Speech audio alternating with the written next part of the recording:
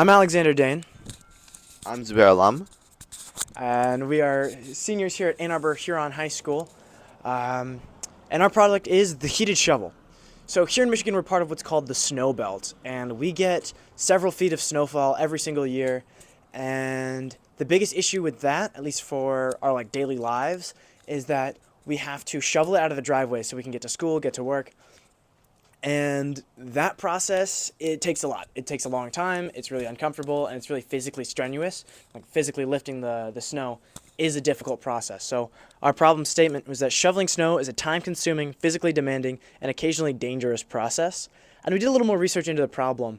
We found that 11,000 cases per year, we see hospitalizations happening because of injuries or heart attacks sustained during snow shoveling. And most of these people are falling or having issues are pregnant women and elderly people. So we figured we should create a safer solution for this because the only solution that really exists aside from shoveling your driveway is laying down road salt. And while that seems like an easy fix, it's really dangerous and it's really environmentally detrimental. So a lot of times you see that ending up, the calcium chloride runs off into the groundwater, it runs off into streams, and it ends up in wildlife, which is a real big problem for us. So as far as the solution goes, we just know that ice is going to melt at any temperature above 0 degrees, and that the higher the temperature of the shovel, the easier it's going to melt.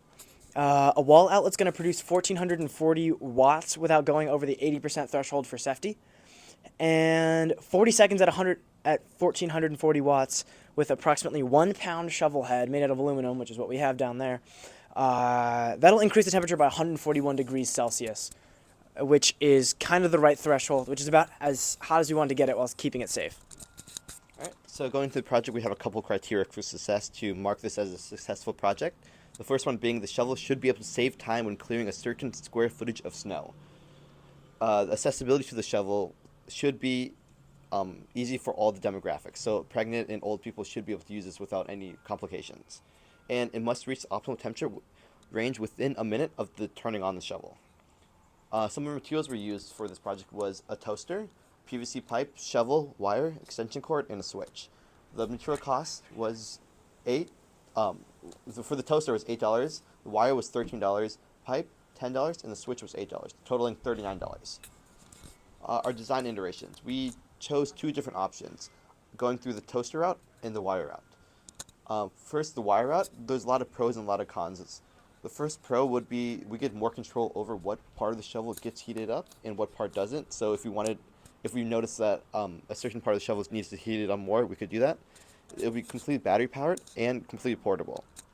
The cons would be risking or melting the wires, which would not be good because it would ruin the whole heating element. The higher risk of getting electrified and more susceptible to water damage.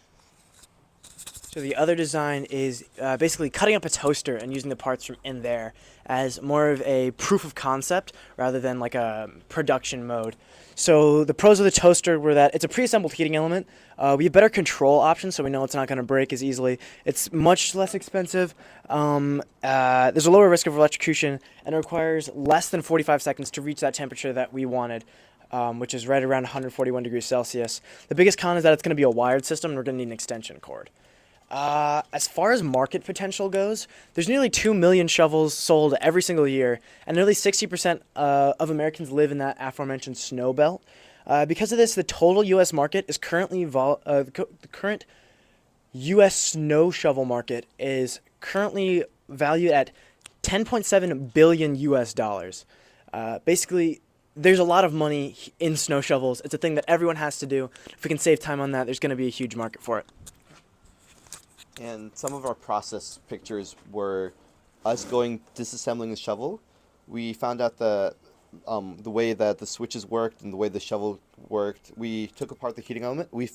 As we were taking apart the shovel, we figured out there's a lot of safety concerns with this type of option. So we had to cut back on some of the issues. Realized that the wires never needed to touch. We needed spacing between things that we didn't think of otherwise, and this is us going through that process right here.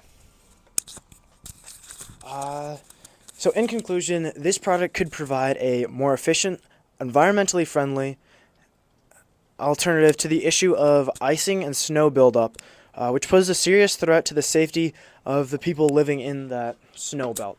So here we're going to have a little demonstration. Where's the bag of ice? Okay. Here we have our shovel. You go flick it on. And we're going to place the ice upon this not yet heated snow shovel. Yeah, we're looking at that time on it, and it's going to take a lot less than 40 seconds. You can already see it's getting real hot. That ice is already melting real quick.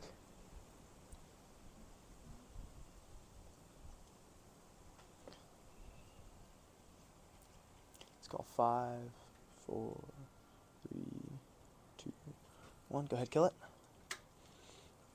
And you can already see